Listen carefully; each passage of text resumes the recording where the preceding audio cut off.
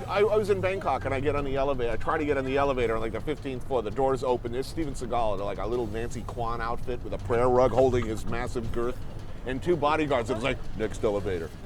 It's like what the fuck? It's a direct-to-video motherfucker. Is like I can't take the same elevator. This jowly fucking hair. What the fuck?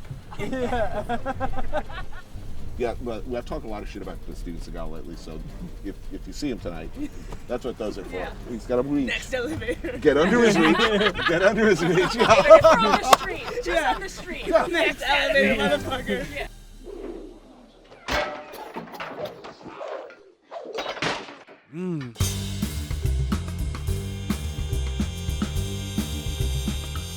My name's Anthony Bourdain, and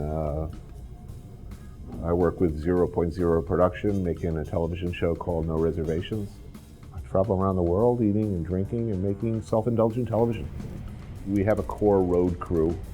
Diane Schutz, segment producer, Helen Cho, the director of social media. Zach Zamboni is a cinematographer and a shooter, camera person. And then, of course, Tom Vitale, my sort of go-to producer. Basically, these are my partners in telling stories all over the world. These are the people who I spend most of my waking hours with. They're my closest associates and friends. I have something to present to you tonight. Oh, no. This is for you. You might need this later. Oh, I will. That's sick. Let's go eat. I had no life outside of the restaurant business. I was at work all day, and at night I would go out with other chefs and talk about business. So the transition to television in that regard isn't that much of a leap. What do? I work all day. My friends are the people I work with. And when we're not working, the cameras are off, we continue to eat and drink and talk about work. So there it is. We're going to Salumeria Rossi. Every once in a while, like special treat day at the Bourdain household, I'll like run over there and buy a big pile of meat. We're going to see the wizard. The wonderful wizard of meat.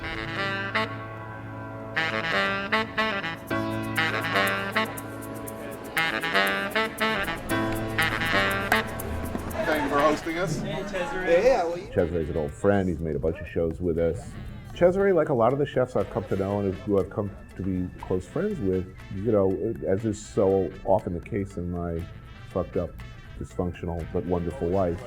We started out as TV friends and became real friends. You order or I think all what we like is a pile of a selection of cured meat. Okay. A little bit of cheese, just split. Fantastic.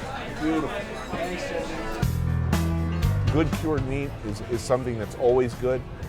It won't be too punishing early on. We're going for the long haul here. And experience has taught me that it would have been a bad idea to start off with a pasta tasting earlier in the meal, followed by meat and more drink. I couldn't do that to my friends. Whoa. Yeah. Okay, that's... Look at that. It's a low impact place to grab really good food, and one of those places that I think are, just by existing, are good for the world. I mean, he makes and sells products there that other people either don't do, wouldn't do, or can't do as well. And we're just a person and a place that I feel really connected to. It's a happy day for me when I can go to the restaurant. Delicious. Amazing. So this is the fagioli rapino. I love that, man. See, this is something that's just irresistible to me. I'm happy now. This is exactly how I like to eat. Part of the process of making the show is tweeting about it and engaging with fans. We're all serial tweeters. It's at the pathetic point. We are some sad motherfuckers here. Look at us. Look. Oh. Like a bunch of tweens. Right. So, the question I had in my mind tonight was, if any of you got it's a big hunk of sauce or mashed bean hanging off your cheek, would I tell you? Yeah, of course you would. Revenge for season 2, there was one episode where I had a nostril hair like this long, hanging out, a crusty one. Oh, too. you mean New Zealand? That was Uzbekistan. Thank you. I mean, everybody on the crew has to live with the likelihood that if they hit their head, shit their pants, get arrested, that they will themselves end up on camera. but for a sustained night out with the camera relentlessly on them. Were they uncomfortable? Who cares? I wallowed in their discomfort. We usually drink when we shoot, so feel free. We don't hold it against you. Everybody we shout with is like such an old horror, production-wise. Zach, you can't be shooting the show either. Yeah, okay, here. You know, Zach's thinking about the lighting. You know, I don't know, Diane's like bussing the table. And I'm thinking, you know, did you tip well? Did you pay? Because there is really no lower person in this world that somebody who ends up stiffing waiters. There was a 9th circle of hell or a 10th circle of hell just for them. So that guy's paid. Okay, good. I hope, yeah, tack him. Thank you. Very well. Make sure, did he tip well? 30%. 30%. Okay. Damn. We don't tip that well.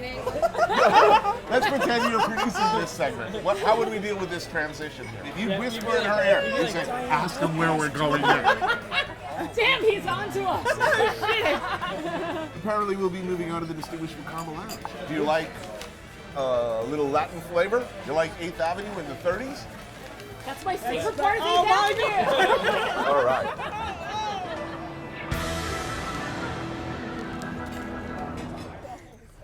I've never puked in front of witnesses in my life. Ever? And I'm not going to start now. Really? Ever? Come Tonight is the night to. Yeah. Tonight is the night. Yeah, let's do it. You know, when I was a junkie, I would throw up in the great outdoors, but outside of the heroin experience, no. I still remember the girl who threw up next to me in 2nd grade. So that was an important experience. Yeah. Terry Jones lifted up her desk and blew chunks into her desk. Okay, and that made a big impression on me. You know, it's like that's not going to be me. So I'm pretty good at holding on to my shit. Thank you. I know a bar with a pool. It's right behind the bar, a swimming pool. Everybody at like 1 o'clock. Last time I was there, I got fucking buck naked. That was quite some time ago, but yeah, pre-fatherhood. That's true. I'm a distinguished motherfucker now. That's true. Hence the distinguished Macomb Lounge. Yes. We're all thinking the same thing when you go into a restaurant or a bar. First thing we're thinking is music. You can't afford that music. Uh-oh. Unplug the jukebox. Stop producing the show. The distinguished Wakamba Lounge, one of the last dive bars of its kind. I mean, there are plenty of the sort of Irish dive bars around, but this is really something unique for Manhattan. Presidente? Definitely want to be drinking the Presidente.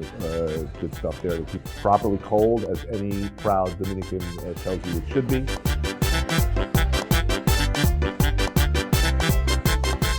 Right, so who's been here before? Yeah, Come on, never. it's enchanting. I like it. Yes, it's lovely. No, we were gonna shoot This the was always holiday. my special place. You didn't want to fuck it up. The Wakamba Lounge has remained unchanged, unapologetically and unironically. That's important. There's nothing hipster about the Wakamba Lounge. It is what it is. Anyone who feels compelled to go there after having seen this, please don't fuck it up. So what are we drinking shots of? Because we're drinking shots of something. Definitely not tequila. Let's do whiskey. Whiskey. I think Jameson, a good Catholic whiskey. Let's just drink Jacob.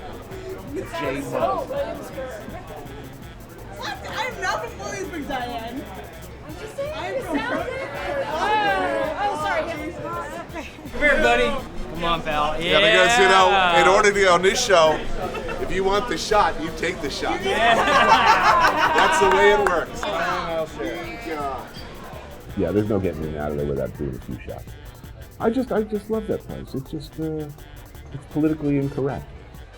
So, Helen, Yes. I pledge to you now. And this is not drunk talk. No. This is real talk. I will sing Mark Lanigan's wedding dress at your wedding. You fucking piggy slammed me, dude. Nice Korean boy, though.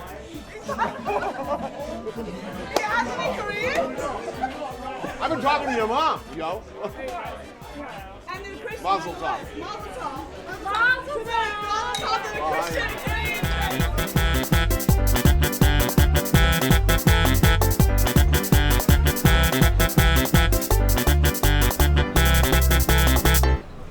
Oh my god, I'm gonna get so fired, man. What do you think of a Pepe? Put that. I entrusted you with this terrible power. I will, okay. It's like I'll put it nuclear away. power. I'll You put keep it away. it in the fucking silo. Get in there, yo. Jesus. It's fucking. I mean, late night, you want to keep it simple. You're going to be beyond your powers to evaluate a fine dining experience. Your ability to be a good customer are certainly diminishing. Some of us get a little rowdy late at night, so I figured it would be a good idea to keep it sort of close to home. So that means my old base of operations layout, where it all started for me. We'll be having a classic French meal. What are you making for us? It's a surprise. It's a surprise. Let me guess, does it involve beef? No. I'm worried. What kind of surprise? It's a vegetable medley of locally sourced, artisanally produced. Vegetable? Fuck that, man. You're gonna break my heart. You're Anthony. gonna make us tofu? It's gonna People turn will into- see this. Yeah. Tony, Anthony, right? Because we always call him Anthony. It's a whole new me. Hello, Mr. Anthony. He's back, and this time it's for real.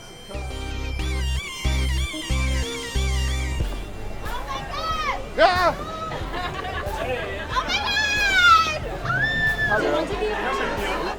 We're like huge fans of your show. That's why we came here. You're the best. I love it. Thank you very much.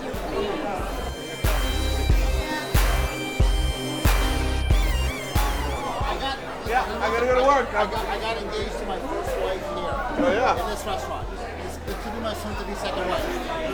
Oh, I'm sorry about the first time around, and I really What didn't. now? Let's. So you're from Iraq. Thank you. Good, man.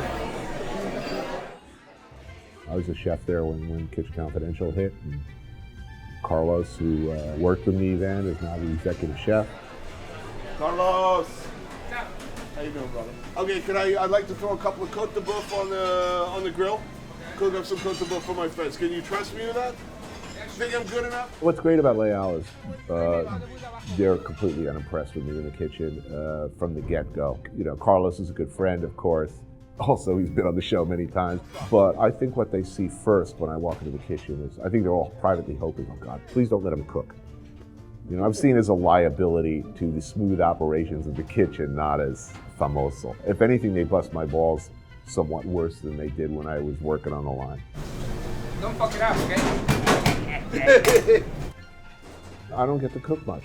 I mean, people ask me a lot, do you miss cooking? You miss cooking? Well, I don't miss standing in the kitchen for 16 hours a day, and I'm at an age where I wouldn't be good at that anymore anyway. I don't get an opportunity to cook at home much. On the road, I'm eating most of the time. So when I get to cook for my crew, that's a deeply satisfying thing, an all too rare thing. There's a Martha Stewart side of me, honestly. Throwing together a little meal for a few friends. I like doing it. What?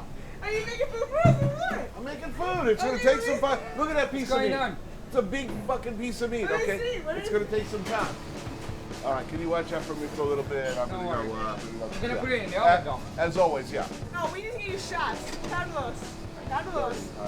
Shot, pero... Give us a Still shot. working. Really late. I'm late. That's it, motherfucker. I can't even maintain the illusion that I cook anymore. It's like, I don't even have the energy for that shit. We worked for almost a year and a half. It's fun, man. That is fucking fun. He like hardcore, like Slipknot, Deftones, Pantera, all that. He was a fun guy to work with. Well, the other guys like when they come here because they want to be part of the show, obviously. He's a big fucking star now. When he comes around, it's like people freak out. Here we go. The difference between him and me is that like he gets pussy off this fucking show. I You know what? I really thank you for that because I've been getting late so much. don't. Me no. It's seriously, it's like it happened more than I can really encounter. Aw, I'm so proud. I know. We are so proud. We're so happy for you, Carlos. You know, I'm flying to Burgundy tomorrow to make love to Mr. Fisty, and you know he's getting fucking late.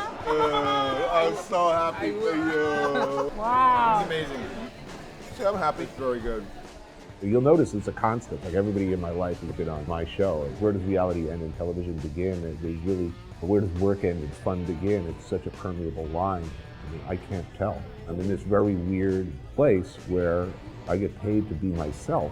You know, is this a reality show? I don't even I don't even know what reality is. I just know what we do, and it's a lot of fun and it's interesting.